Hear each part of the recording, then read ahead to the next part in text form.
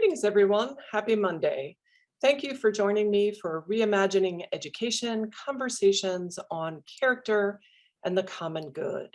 This series is part of the Virtues and Vocations initiative, which seeks to make character, education, and purpose central to pre-professional and professional education in particular.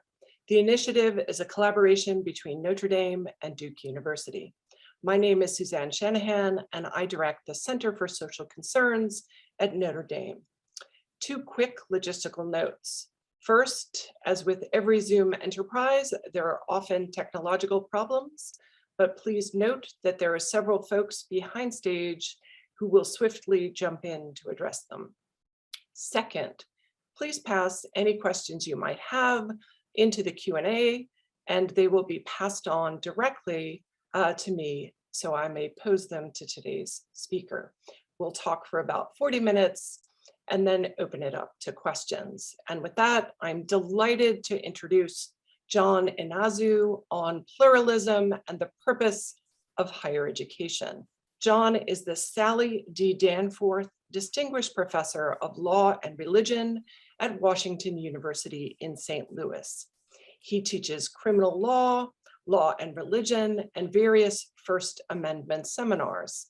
His scholarship focuses on the First Amendment freedoms of speech, assembly, and religion, and related questions of legal and political theory. His first book, Liberty's Refuge, The Forgotten Freedom of Assembly, was followed by Confident Pluralism, Surviving and Thriving Through Deep Difference. And most recently, he is co-editor with Tim Keller of Uncommon Ground, Living Faithfully in a World of Difference. He has written broadly for public audiences in publications including USA Today, the Los Angeles Times, CNN, The Atlantic, and the Washington Post. He holds a BSc and JD from Duke University and a Ph.D. in political science from the University of North Carolina at Chapel Hill. He clerked for Judge Roger L. Woolman of the U.S. Court of Appeals for the Eighth Circuit and served for 4 years as Associate General Counsel with the Department of the Air Force at the Pentagon. Welcome, John. Thanks, Suzanne. It's great to be here. So for today's conversation, I'm hoping to, per usual, do 3 things. First, explore your work both in confident pluralism and in Uncommon Ground, looking at what inspired the work, what the core arguments are. Then consider what your work might offer to educators, how we might think about these ideas in the context of our teaching. And then finally reflect on this past 20 months or so. I think certainly your most recent book, Uncommon Ground, which came out during COVID, speaks to many of the challenges of the past several months, but maybe you're thinking differently now. So that's the general flow of the conversation. Seem reasonable? Sounds great. Good. So let's start with confident pluralism, surviving and thriving through deep difference. It'd be great if you could give us a sense of both where this work came from, your own inspiration for it, and then what the core arguments are. Sure. So maybe to get into confident pluralism, I should back up to my first book, Liberty's Refuge, which was based on my dissertation in graduate school. I went to graduate school for a Ph.D. in political theory after having practiced law. And it was in legal practice that I was working on a case and looked down at the text of the First Amendment, and I saw the right of the people peaceably to assemble. And I thought to myself, this is odd. I've been to law school and I practiced law and I have no idea what the right of the people peaceably to assemble is. And so that became my dissertation project and my first book. And one of the really intriguing things about the right of assembly is it's the only right in the First Amendment that requires more than one person to be exercised. And so we've got 5 rights in the First Amendment: speech, press, petition, assembly, and religion. And you can do all of the other 4 in some fashion by yourself, but you can't assemble alone. You need at least one other person. And so the argument of my first book was that there is theory and constitutional reasoning embedded in the First Amendment and American history that has something to do with the way we engage in society as part of groups, that we're formed by groups and that we understand values and identity through groups.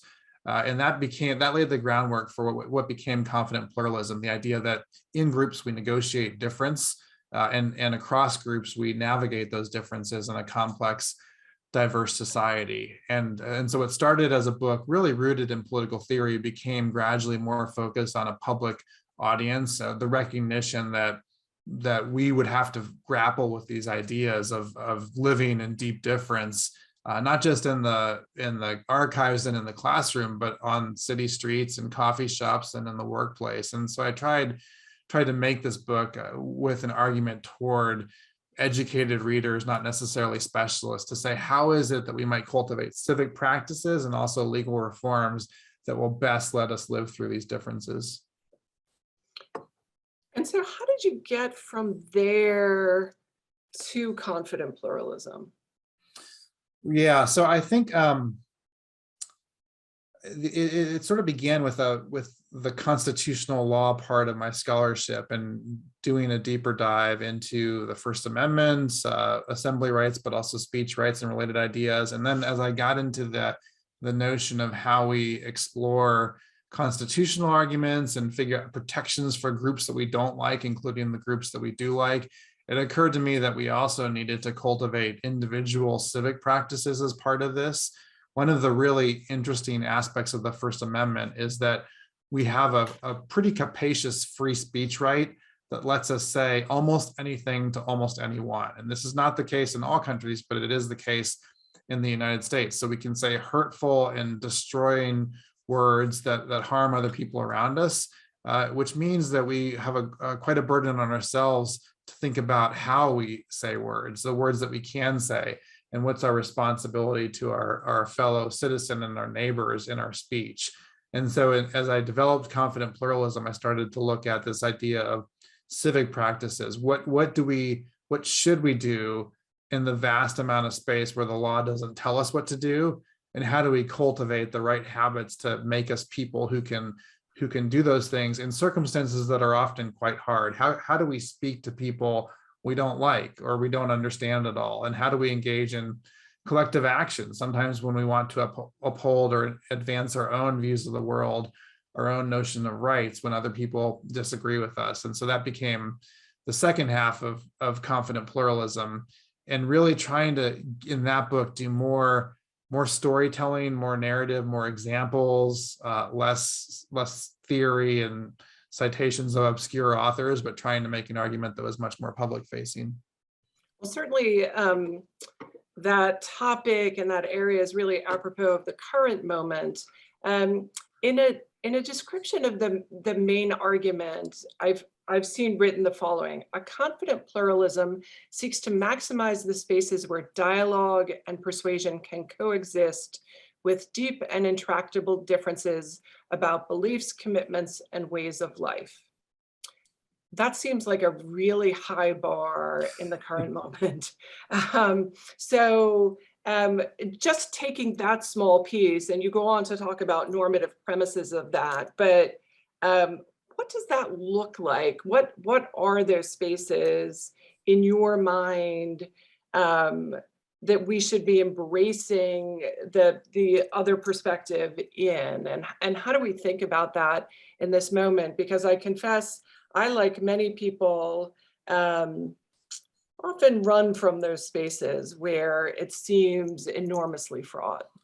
Yeah, it's funny, you said it's a high bar, and in some ways it is, but it might also be a very low bar given where we are in the state of our civic discourse. And so when the bar is low, you can aspire to maybe easier things.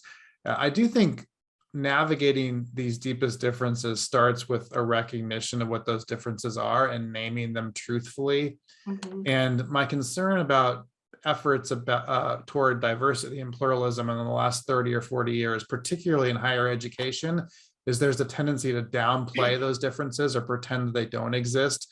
Think of something like interfaith efforts in the 1990s, where it was more of a kumbaya moment of holding hands and pretending that we had a lot of agreement, when in fact the differences ran extremely deep to questions of the nature of a human being or what happens when you die. And these are not easily resolved. And when either individuals or institutions can name their differences with specificity and authenticity, then you can set out what the boundaries and possibilities are for finding common ground.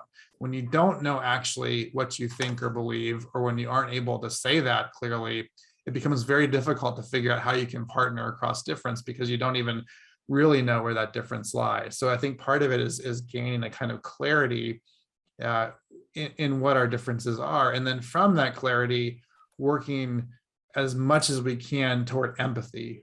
So part of understanding our own beliefs at a very deep level means that it is sometimes harder to empathize with people who don't hold those beliefs.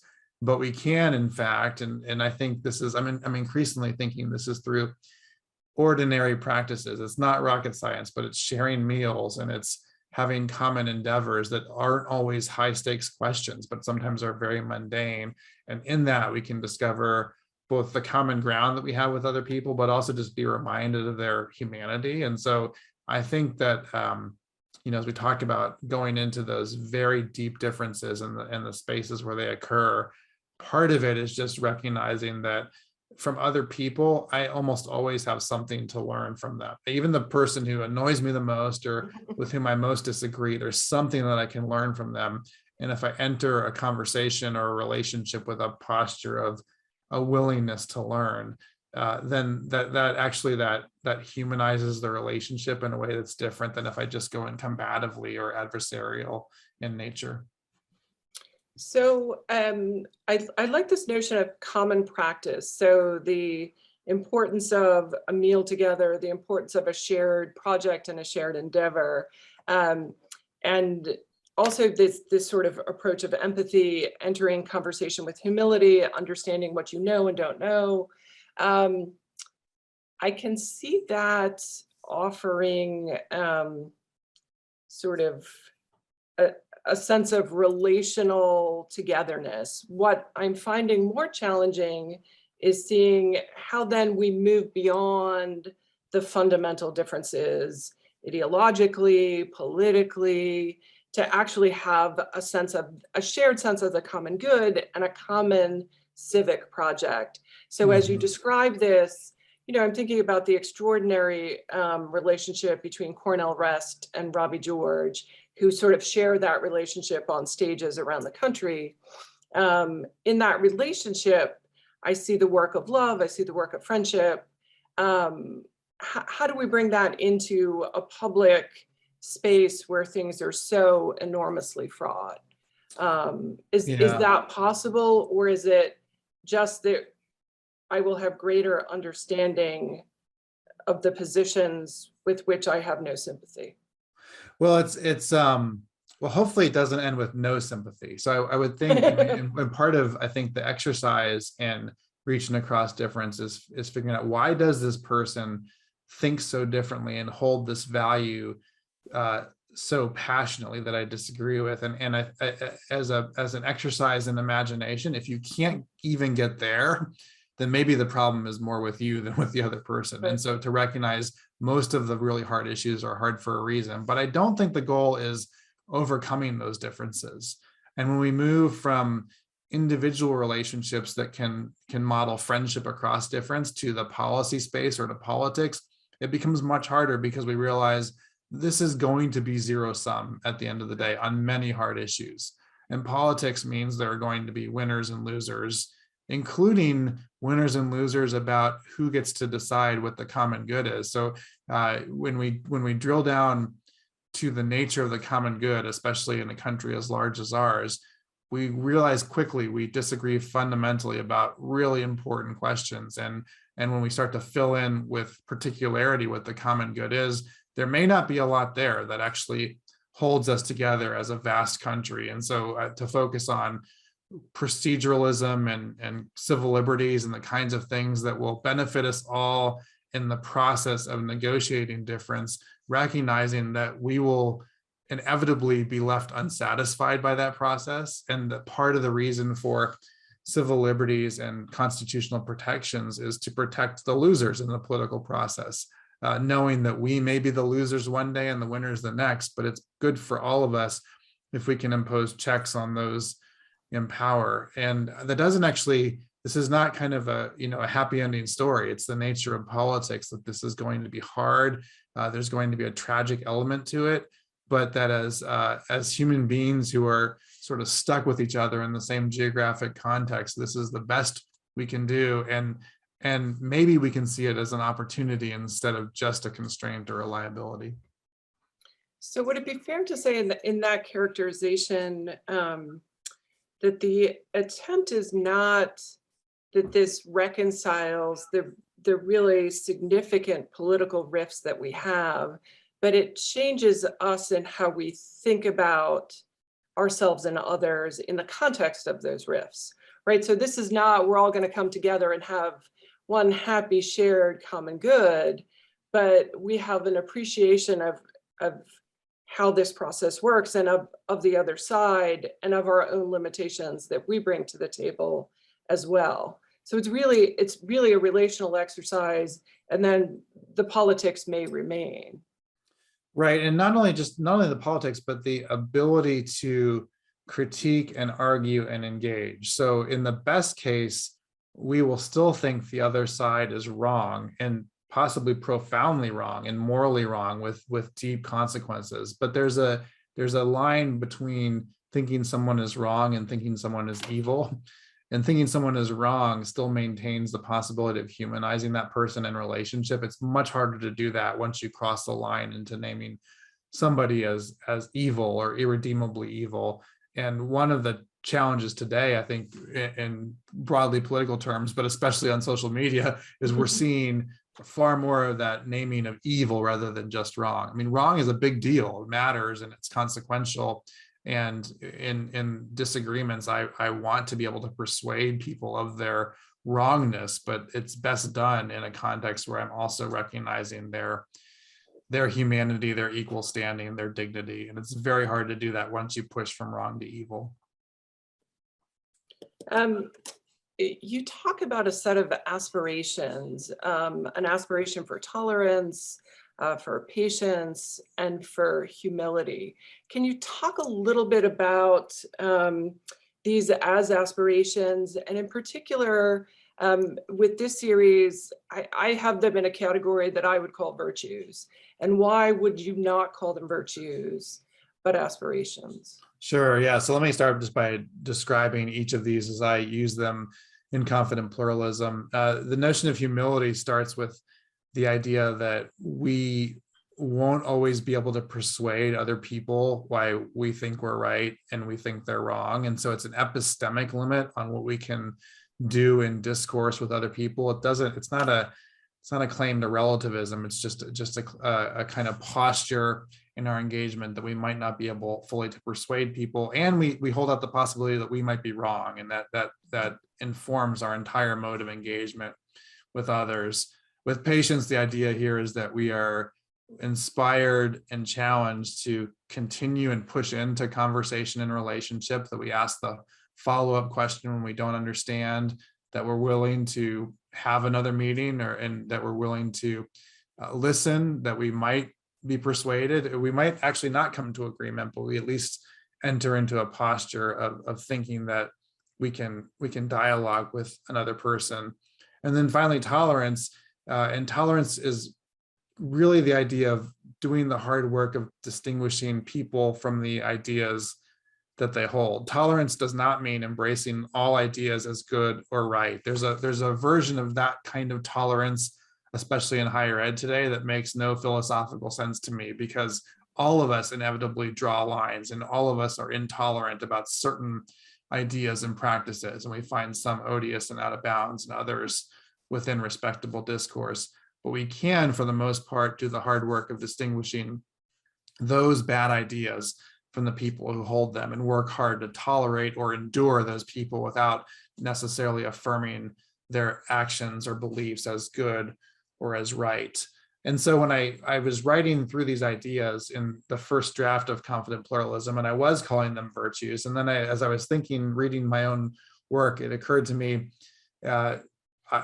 having been deeply influenced by the philosopher Alasdair MacIntyre, that virtues require practices and habits to sustain them, and those happen within communities or institutions. So you don't just wake up and become tolerant, or you don't read a book and become humble, but you have to cultivate those day in and day out through experiences with other people, through shared norms and discourse within institutions. And as I was writing this, I thought, I'm not convinced we have those institutions in our society today.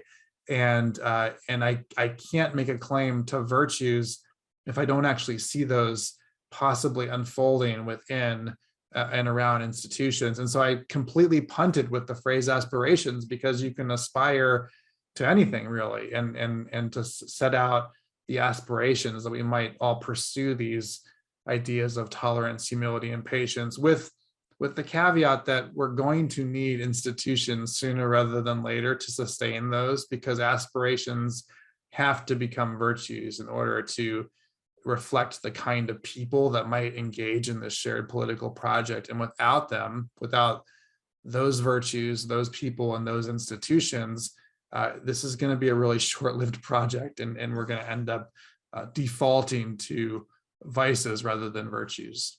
Mhm. So let's just talk a little bit more about this, the cultivation challenge here.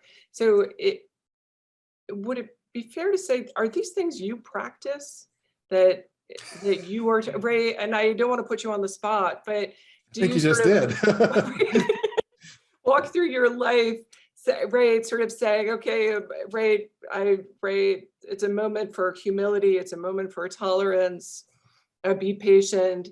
Is that a personal practice of yours? I try hard. I don't want to say I always succeed, but so here's an example. I have very mixed feelings about social media, and I'm not really engaged except for occasionally on Twitter, but I find myself often practicing restraint on Twitter. And I tell myself, this is not your lane.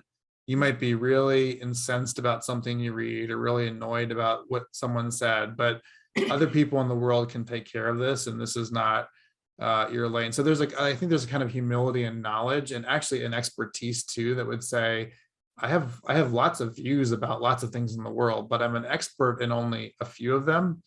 And expertise really matters, and I can honor expertise when I stick with it, and I can undermine expertise when I start to be a commentator on the world. So that's maybe part of a kind of humility and public engagement that I don't always do perfectly, but I try.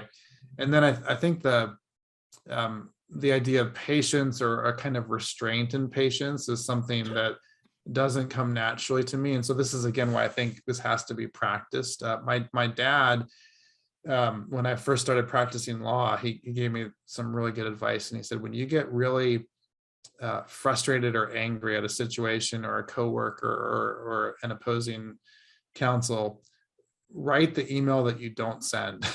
Have it in draft, write it to yourself, and then sit on it for a few hours. And the number of unsent emails I have in my life is really maybe reflective of my dad's advice and influence there. And then in the last point on tolerance, I think having exposure to and friendships with people who are very different than you is a way to embody and inculcate this idea. And you can't fake it. It can't be a proxy. I mean, I think we can do a lot just by reading and being exposed to different ideas and viewpoints, but there's nothing like an actual human being who you quickly discover is not the same as a demographic or a caricature or a stereotype, but there's only one person who reflects all of the stuff in that person, and getting to learn the complexity and the ambiguity and the inconsistencies and the possibilities of that person helps you realize very quickly that there are few heroes and villains, but that most of us are a mixture of all of those. That's great. I would also say, having looked at your website, you have this wonderful section about what you know a lot about, what you know a little about. So I think it's a great exercise in humility, the way you've crafted that. So at least a bit of practice there for sure. Thanks. So what are the institutions that can do this. You're part of an institution of higher education. I saw one of the books you suggest is Yuval Levin's A Time to Build. Where are these institutions, and how should we be thinking about the cultivation of these virtues, or the institutionalization of these aspirations? Yeah, I think part of the answer is we need to get busy building and cultivating those fast. And I'm glad you mentioned Yuval. I can't think of someone better equipped to help guide us in that conversation. His work on institutions is just indispensable right now. I think the possibilities exist in kind of a Tocquevillian universe of civil society organizations, schools and universities, and civic organizations and religious houses of worship, maybe even libraries. I've done a couple talks at local libraries, and I'm always wondering, is a library a place where this might be possible? But it requires a group of people committed to engaging in a longer term set of relationships with one another. And that's hard in an era where we're quick and prone to leave and go, follow our own whims. And then it's I think the institutional piece is greatly complicated when institutions aren't clear about what their own purpose is. And so for institutions to step up to the challenge and actually cultivate people into the habits and virtues of humility, patience, and tolerance, they'll need to know a bit more about what they are and what they aren't. Because the trick about purpose is that it necessarily constrains, and it tells all of the other people who are trying to be part of the organization, this is our priority, and this is what we're going to focus on. And it might mean that you don't get to follow your priority within this organization. And institutions are notoriously bad at actually naming and following that purpose. Not all institutions. I was in the Air Force for 4 years, and the Air Force is pretty good about naming and enforcing its purpose. They get to use coercive force to help enforce it. But I think when we look at our colleges and universities, we often encounter institutions that can't actually name their purpose and are therefore hamstrung in their efforts to cultivate students and pursue education and civic virtues. So a question here, as you think about those spaces, so universities, particular community organizations, they seem to be, in fact, places where we can hide and just talk to people that are like us. And so it almost seems like we need a bridge to a different kind of organization. How do we do that?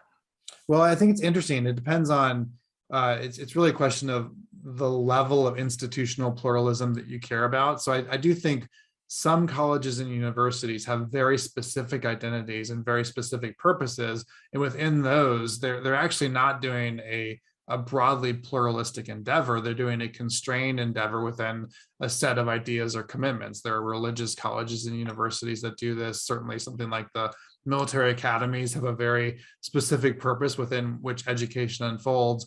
There are other institutions of higher education whose purpose is to encourage a diversity of viewpoints and ideas and explorations. And those are much better situated, at least in theory, to allow that clash of vision, clash of values, what Alistair McIntyre called places of constrained disagreement, where we're coming together, not always sure of the outcome we're going to have, but the institution itself facilitates and encourages this dialogue across disagreement. But importantly there, it's still dialogue.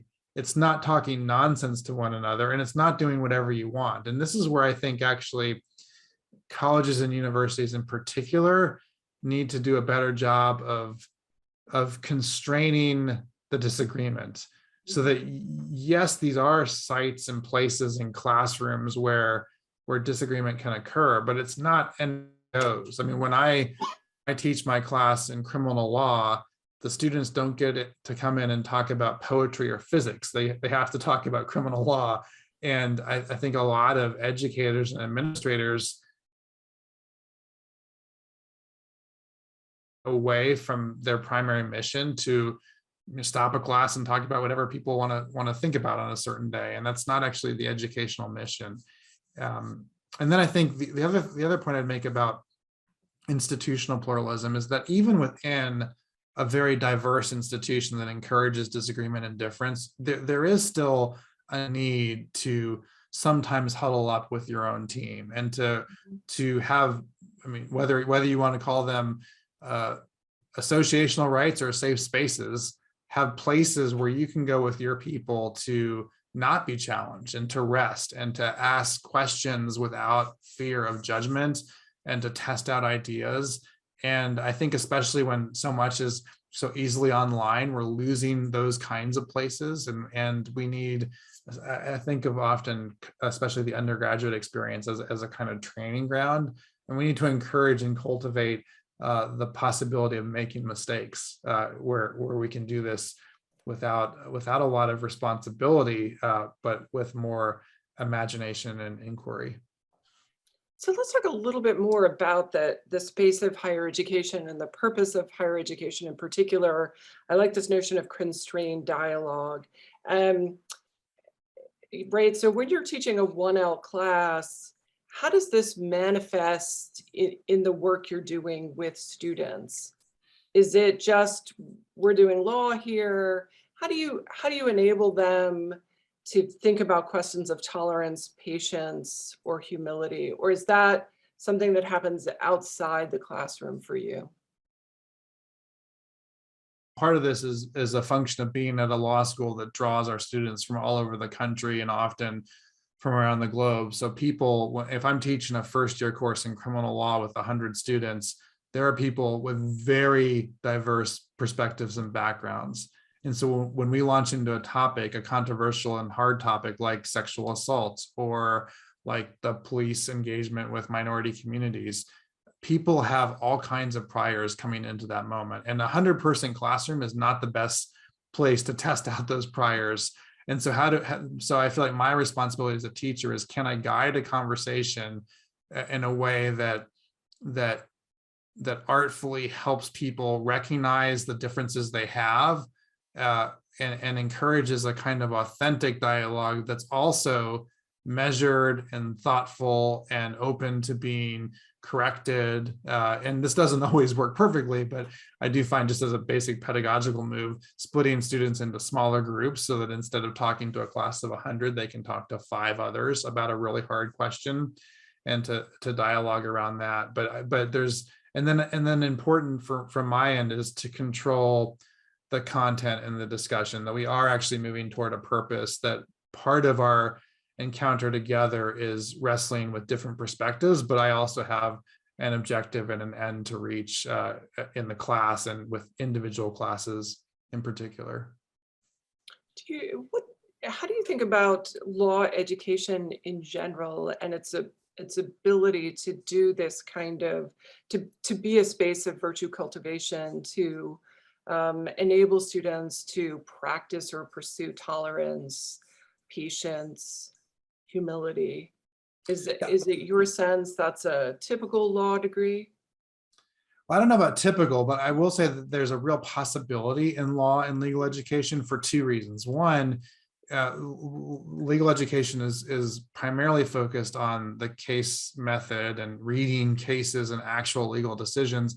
And most actual legal decisions involve human beings or the companies or problems they create. And so as you read through the facts of a case, you're reading about human lives. And often these cases are messy and sad, and you're reading about both wins and losses by other human beings. And so there's a way in which a kind of empathy is built into the way that we read and learn law.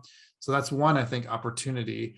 And then another opportunity is on some of the hardest cases and questions, people have very different views, and the law forces judges to write out those differing views. And so as we read through some of the big controversial constitutional law cases in upper level classes that I teach, we'll work hard on trying to understand the best arguments in both directions. And sometimes I'll have a student and I'll be asking them, explain what's the best argument for this position, and then I'll say, okay, now can you flip it and make exactly the opposite argument in the best possible way? And that to me is the best kind of legal education and the best kind of response, when a student can on a dime flip and see the other side. It doesn't mean it's all relative or there's no truth there. It just means that part of lawyering is the ability to narrate and persuade effectively.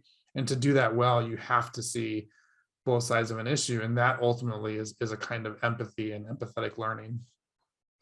When you sort of it sounds like the ability to do law well requires a degree of empathy. And so at WashU, you're graduating students who have that sense of empathy. Do you think that's an empathy they carry with them into their daily life? So as neighbors, as citizens, as people on the PTA, or is it really sort of in the law space that they have a sense of empathy or humility? Well, hopefully it's beyond law, because we all need this, right? We all need to practice it in our daily lives. I think legal education has a unique possibility to work on these ideas if it focuses on legal education. I think there's a temptation sometimes to do other kinds of education, activist education or political education, but I don't have expertise in those areas. My expertise is as a lawyer and in the law. And I think in the law, there is rooted this idea of empathy. And then how that works out in practice in the day-to-day and in the more ordinary moments of life, I think has everything to do with how people engage with the communities around them. And so if in 3 years of law school, we can create a place and a group of people who actually feel a commitment to one another and a responsibility to one another, then that will carry over outside to the classroom, in the same way that if you actually care about your literal neighbors, the people living next door to you, you'll think differently about where you park your car and how you cut your grass and the noise that your parties make, because it's not just about you.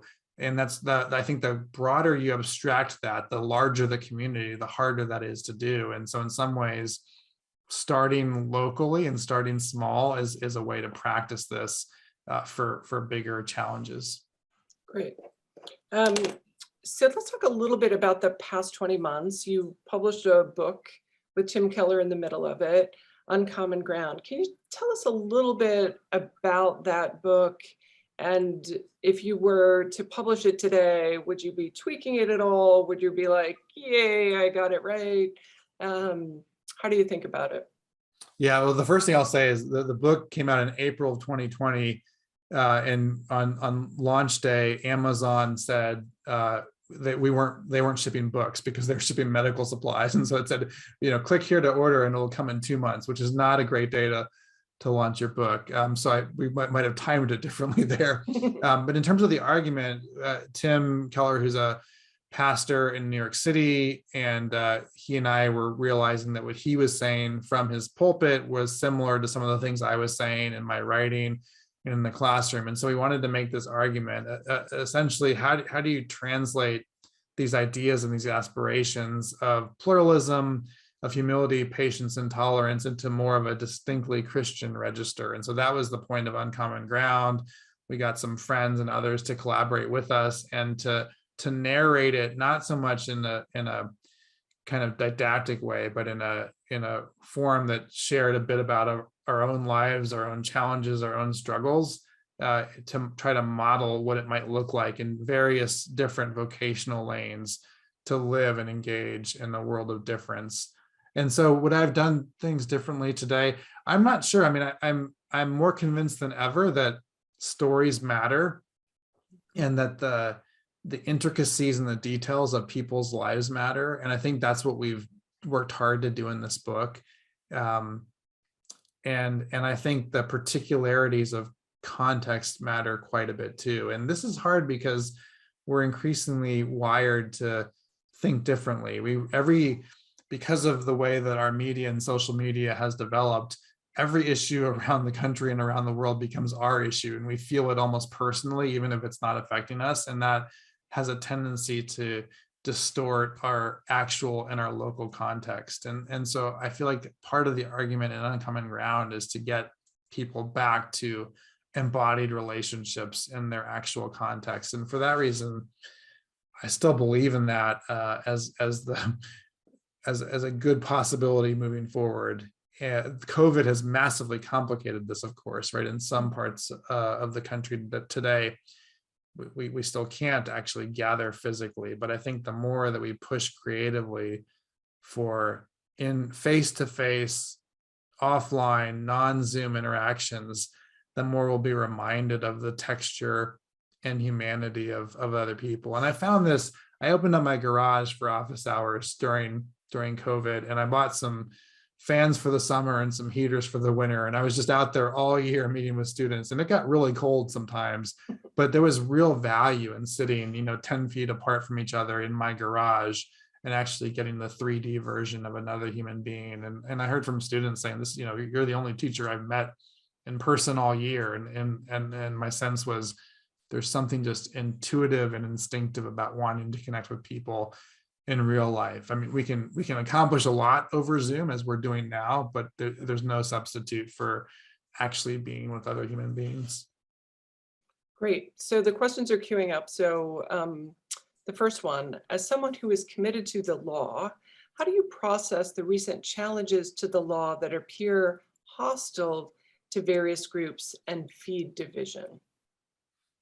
Yeah, that's a great question. It's a big question. So I mean, I think that the law, and especially the courts, are always working to create and maintain a kind of legitimacy. And there's a lot of deep theory about why this has to be the case. The courts don't have the guns. And it is important to for courts and judges and also legislators to think carefully about what are going to be often zero-sum clashes of values. But I also think it's important to note that we are, as a people and as individuals and different courts and different legislatures, going to disagree about the meaning of fundamental words. So what is equality, for example, or what is justice? Unless we really drill down in an Aristotelian way as to what we're aiming toward as a common people, we're going to have massive disagreement about those normative values. And we, without actually engaging in hard ways to try to see things differently from the other side, we're going to assume that our notion of equality or our notion of justice is the only one. And in a society like ours, that's just not factually true. We have massive disagreement over these deeply important concepts. And so part of our expectation of the courts and the legislatures, I think, begins by realizing where those disagreements lie. So then would you think of the law as one of the institutional spaces to practice these aspirations? Like, can we think of law itself as one of those sites, knowing that there are these massive disagreements and knowing that law, in some ways, right, there is a winner and there is a loser, or is law not the right institutional space for this? No, I think law is actually a very good space when lawyers and judges live into the roles that they should be having. But I think increasingly that's not the case. And so a few examples here. Describing facts truthfully matters, including when including facts that you might not like. I mean, so being clear about what actually happened and trying to be charitable to the other side. I think avoiding snark and grandiosity in legal opinions is really important. And I think we've seen examples, even in recent months, of judges and Supreme Court justices that go beyond, and they're performing for a different audience than the one they should be having in mind. They should be deciding law and working. And of course, there is politics in law, and some legal opinions are political and some are less political. But even in the midst of that, to avoid snark, to treat people kindly, is important. And I think the more that judges stray from that, the harder it's going to be to see these aspirations modeled in the work that they do. Great. Next question. Can you give specific examples of places with universities that are cultivating virtues, either curricular or co-curricular. So in your mind, where are places that are doing that kind of cultivation particularly well? Can you think of some? Yeah, I mean, so I think I want to go back to the purpose point that I was making earlier. The kinds of higher ed institutions that know what their purpose is are better at cultivating these practices and virtues. So if, for example, you know that your purpose is to create a forum for deep disagreement and debate, but in a constrained way, then the administrators and the powers that be are going to be able to make decisions like, we are going to allow a wide range of views onto this campus for debate and discussion.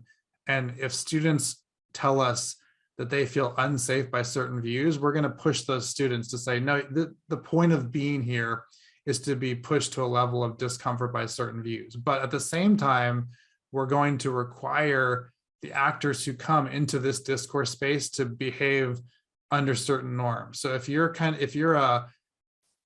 just trying to blow it all up, or you're not going to abide by discourse norms, you're going to come in and say crude things or call people names, then you're not welcome here, because this is not the city park. This is not a First Amendment space. This is a place where we're having a mode of constrained disagreement. And I think administrators in particular have really hard jobs right now, but I do think that there's an imperative and a responsibility on them not to punt to someone else, not to tell the students this is theirs to figure out, not to throw up their hands and say that nothing can be done. I do think that there are meaningful ways to lead in the current environment and to model a kind of a civic dialogue. And because if we can't practice it in the university environment, where actually things are set up pretty nicely for us, and in most cases, there's relative safety, there's relative luxury to dive into long and deep conversations and hard issues. If we can't do that here, then what does that say about the rest of society, where the pressures are higher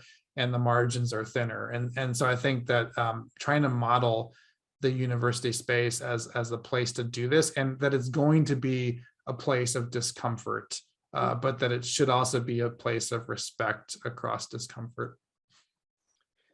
So a couple questions there just to follow up, right? So as I think about the purpose of education, say in a law school or in a school of medicine, to cultivate physicians who are both compassionate and well-trained, the notion of sort of undergraduate liberal arts education to create this environment of constrained disagreement, to create discomfort but respect.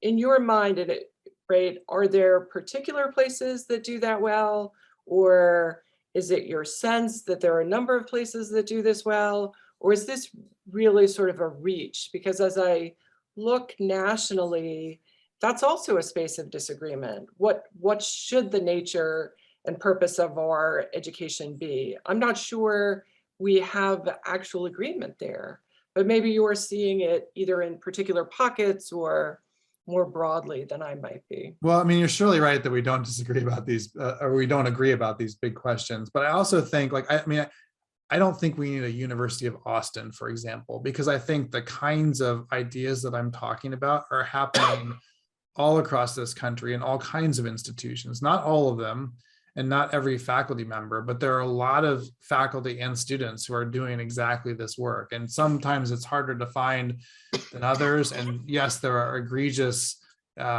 violators of these norms. And I think it's really important that they be called out and held to account. But at the same time, there's lots of really good opportunity here. And as an educator, I find the difficulty, and students, as you know, each generation of students is a little different.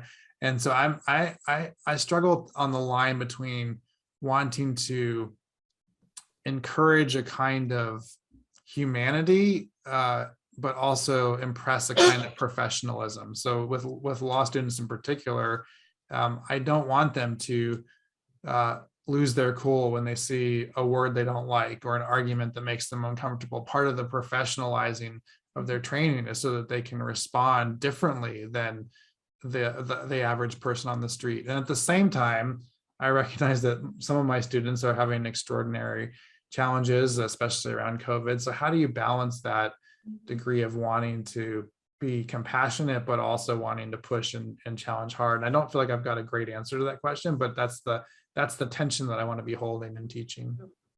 Great.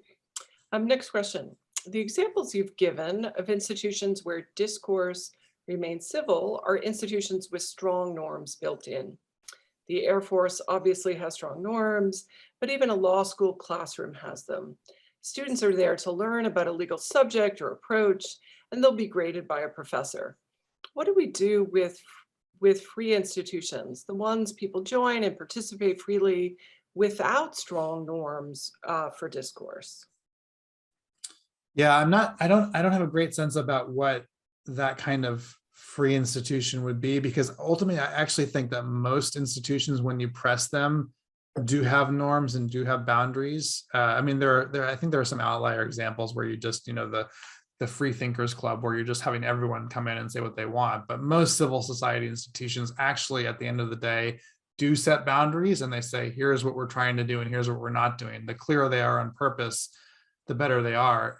And then I think important to setting the purpose of your institution is, I think we could all be more gracious when people no longer fit within those institutional purposes.